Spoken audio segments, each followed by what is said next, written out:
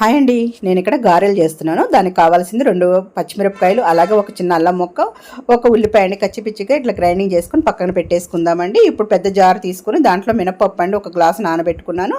అది జార్లో వేసుకున్నాను. చూసారు కదండి, సగానికి వేసుకున్నాను. ఈ విధంగా అయితే తొందరగా నలిగిపోతుంది అనమాట.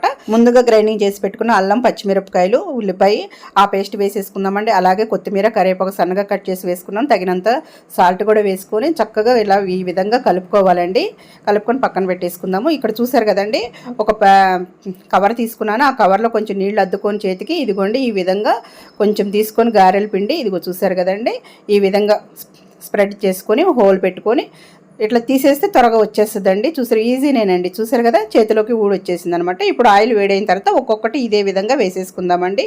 చాలా బాగుంటుందండి. పైన క్రిస్పీగా, లోపల సాఫ్ట్గా భలే బాగుంటుందండి. ఫుల్ వీడియో రేపు అప్లోడ్ చేస్తానండి.